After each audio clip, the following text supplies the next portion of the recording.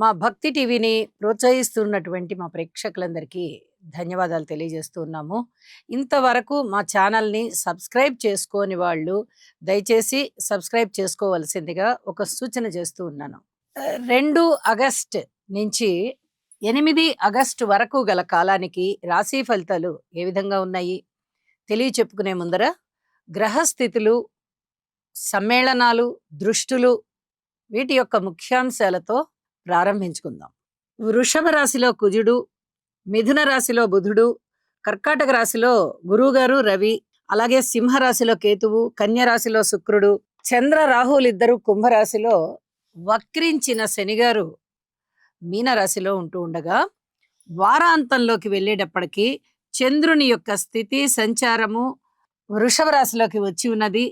బుధుని యొక్క సంచారము కర్కాటక రాశిలోకి వచ్చి ఉన్నది. అలాగే కుజుని యొక్క సంచారము మిథున రాశిలోకి వెళ్ళి ఉన్నది. ఈ 3 గ్రహాల మార్పు జరిగి ఉంది.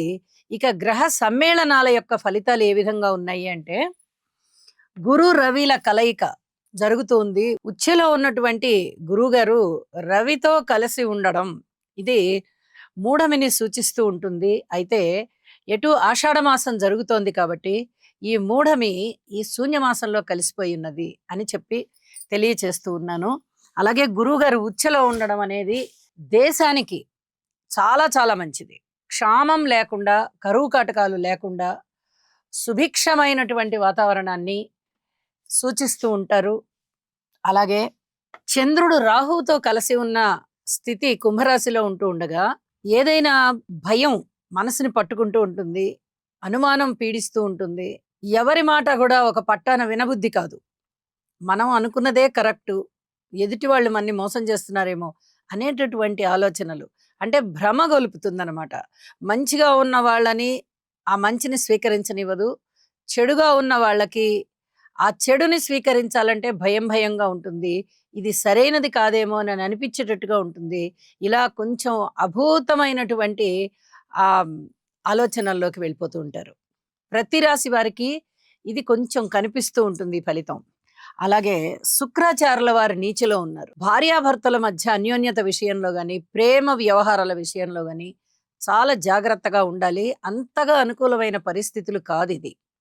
ఈ గ్రహస్థితి శుక్రాచార్య వారు నీచలో ఉన్నటువంటి పరిస్థితి అలాంటిది. అలాగే శని గారి యొక్క తృతీయ దృష్టి కుజుని మీద పడింది. అయితే ఇది ఒక 2-3 రోజుల్లోనే మారిపోతున్నారు. అంటే వారాంతానికల్లా ఇంచుమించుగా మారిపోయి కనిపిస్తుంది మనకి.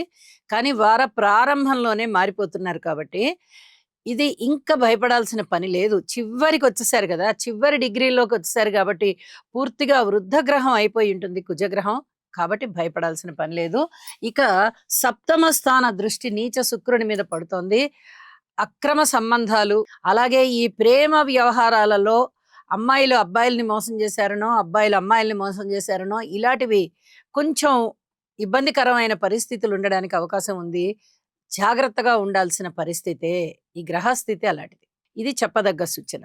అలాగే గురువు గారి యొక్క నవమ దృష్టి శనిగారి మీద ఉంటూ ఉన్న కారణం చేత ఇక్కడ శనిగారి ఇచ్చేటటువంటి ఫలితాలు, దుష్ట ఫలితాలు తగ్గిపోతాయి.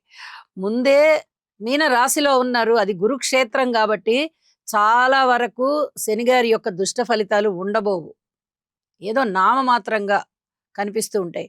ఇప్పుడు గురువుగారి దృష్టి కూడా ఉన్న కారణం చేత ఇక్కడ శనిగారు ఏంటంటే కాస్త ఆ గురువుకి తలొంచి ఉంటారు, వినయ విధేయతలు చూపిస్తారు కాబట్టి ఎక్కువగా బ్యాడ్ ఎఫెక్ట్స్ ఏమీ ఉండబోవు అని చెప్పి తెలియజేస్తున్నాను. ఇక కుజుని యొక్క 4వ దృష్టి కేతువు మీద పడుతోంది. ఇది దైవభక్తిని బాగా సూచిస్తూ ఉంటుంది. ఇది చెప్పదగ్గ సూచన. అలాగే ఏదైనా కడుపు నొప్పి లాంటివి ఎవరికైనా ఉన్నట్లయితే తప్పనిసరిగా వైద్యుడిని సంప్రదించండి. వైద్యానికి తగ్గుతుంది, అంటే ఔషధ సేవ ఉంటుందన్నమాట. ఇలాంటి పరిస్థితి ఒకటి కనిపిస్తోంది. ఇక వారాంతంలోకి వెళ్ళేటప్పటికి బుధుని యొక్క సంచారం ఎప్పుడైతే గురువు రవిలతో కలిసిందో, ఇక్కడ రవి గారితో కలియడం వల్ల బుధాదిత్య యోగం ఏర్పడుతోంది.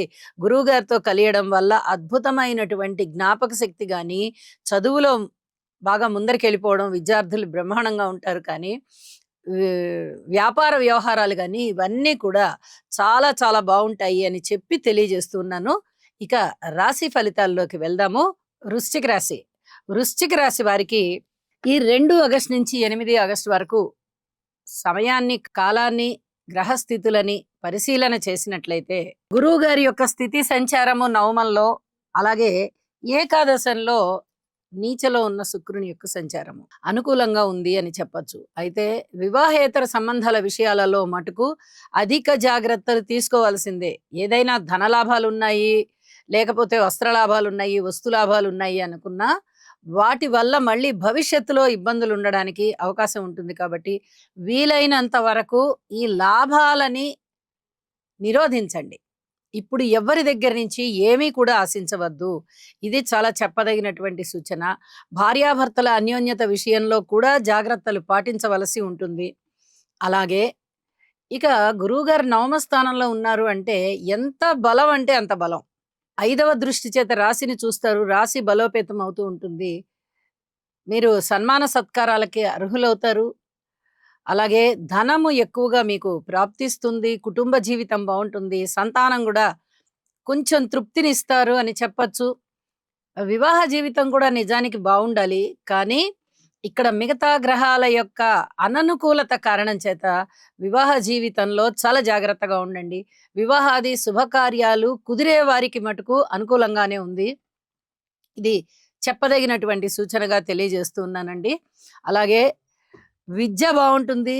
విదేశీయానాలు బావుంటాయి. పండిత సత్కారము మీకు జరిగేటటువంటి పరిస్థితి. అంటే ఒక పెద్దవాళ్ళతో కలిసి మీరు గుర్తింపు పొందేటట్టుగా, లేదా పెద్దవారి చేత మీరు గుర్తింపు పొందేటట్టుగా మీ మనసు చాలా ఆహ్లాదభరితంగా ఉంటుంది. గుర్తింపు పొందుతారు, ఆహ్లాదంగా ఉంటారు. ఇక మిగతా అన్ని విషయాలలో మటుకు జాగ్రత్తలు పాటించాల్సిందే.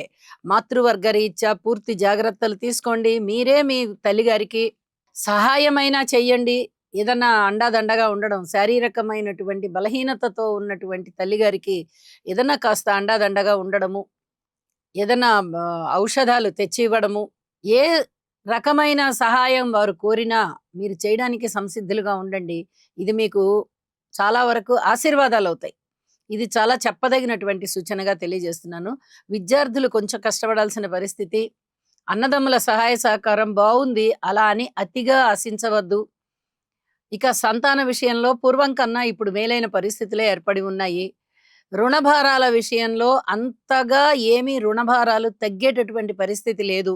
ఇప్పుడు మీకు అందేటటువంటి ధనం ఏదైనా ఉందా అంటే మీ ఖర్చులకి సరిపోతుంది, మీ జీవనానికి సరిపోతుంది తప్ప పూర్వం చేసినటువంటి రుణాలని తీర్చడానికి అది చాలదు. ఇవన్నీ చెప్పదగ్గ సూచనలుగా తెలియజెప్తూ ఉన్నానండి. పుణ్యక్షేత్ర దర్శనం ఉంటుంది. అలాగే దూర ప్రాంత ప్రయాణాలుంటాయి. ఎవరికైనా ఏదైనా సహాయం అనంగానే మీరు టక్కున ఆ సహాయ గుణాన్ని చూపిస్తారు. ఇది మీకు చాలా మంచి ఆశీర్వచనం అవుతుంది. శారీరక పరమైన కష్టం ఉంటుంది ఈ రకమైన ప్రయాణాలలో. అయినప్పటికీ కూడా ఎదుటి వారికి మీరు చేసేటటువంటి సహాయం వల్ల వారు పొందేటటువంటి తృప్తిని మీరు ఆలోచించి ఎంత కష్టమైనా సరే నేను సహాయం చేయాల్సిందే అనేటటువంటి ఆలోచనతో ముందరికి వెళ్తారు అని చెప్పి తెలియజేస్తున్నాను. కార్మికులు, కర్షకులు, నేత పనివారు, చేతి వృత్తుల వారు, ఇచ్చేది వారందరూ చాలా బాగున్నారు అని చెప్పి తెలియజేస్తూ, ఇక వారాంతంలోకి వెళ్ళేటప్పటికి బుధుని యొక్క సంచారము కూడా అష్టమం నుంచి నవమానికి వచ్చి ఉన్నది.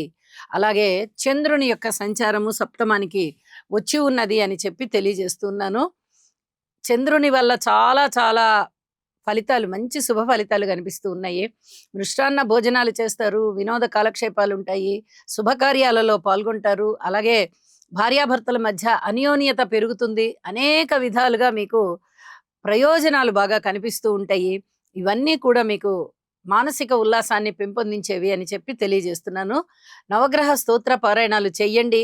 ఇంటి ఇలవేల్పుని పూజించండి. శనిగారికి ఒక్కసారి తైలాభిషేకం చేసుకోవడానికి ప్రయత్నం చేయండి. మానసిక ప్రశాంతతతో ఉంటారు అని చెప్పి తెలియజేస్తూ శుభం.